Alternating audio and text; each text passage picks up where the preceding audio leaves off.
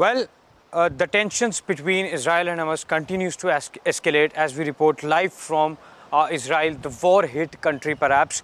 And now the IDF, Israeli Defense Forces, has also given the people living near on the northern side of Gaza, which they call as the Gazans, a 3-hour window also to perhaps evacuate that place, to perhaps flee that area, because the whole preparation for the possible ground assault has been made. The efforts have been ramped up, and of course the military tanks or the military trucks have been stationed there. So for that very reason only, the movement directive has been issued to them.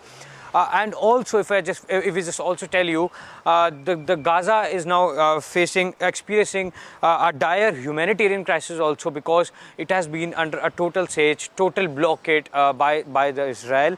No food supply, no water supply, no electricity supply, is there.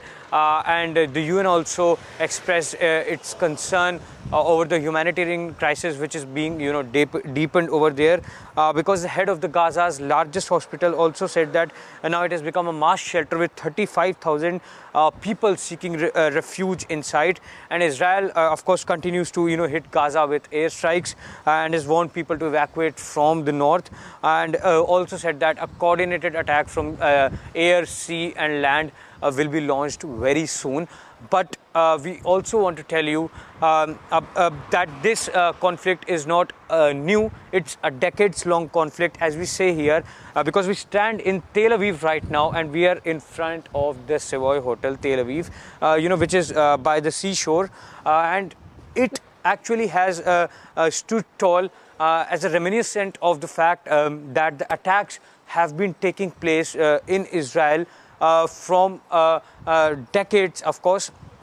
Because if we just tell you, in 1975, one such attack actually shook the whole Israel when the attack actually took place here. Because if we just sit here and try to read out the information also written on this very board, then it's written that on the night of March 6th, 1975, a group of Arab terrorists have landed on the seashore of the city of Tel Aviv, aiming to conduct a terrorist attack.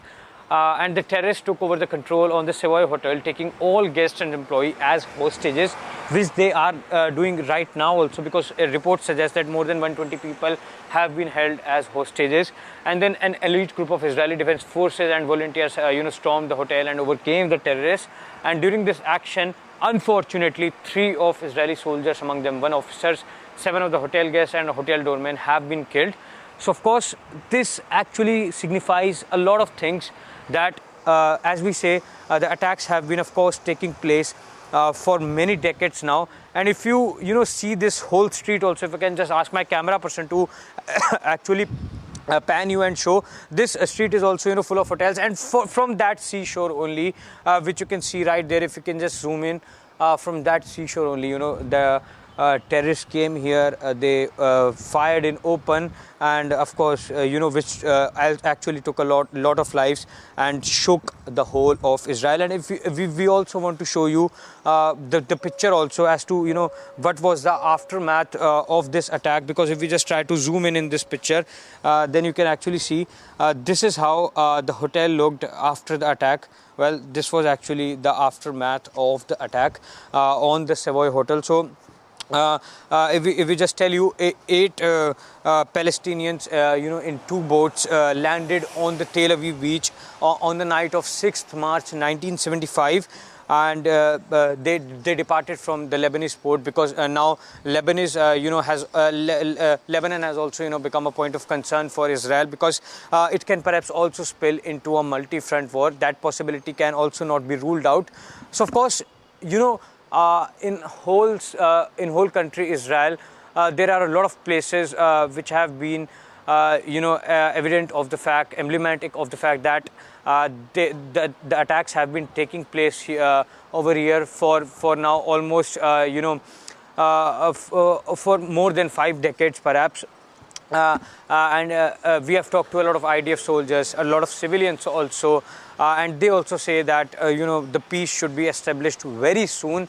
And there are a lot of towns also, settlements also in Israel, which have actually been reduced to just mere rubble, and now barely any people are left over there. We actually heard a lot of testimonies of the people who are literally, who literally broke down because they are under distress.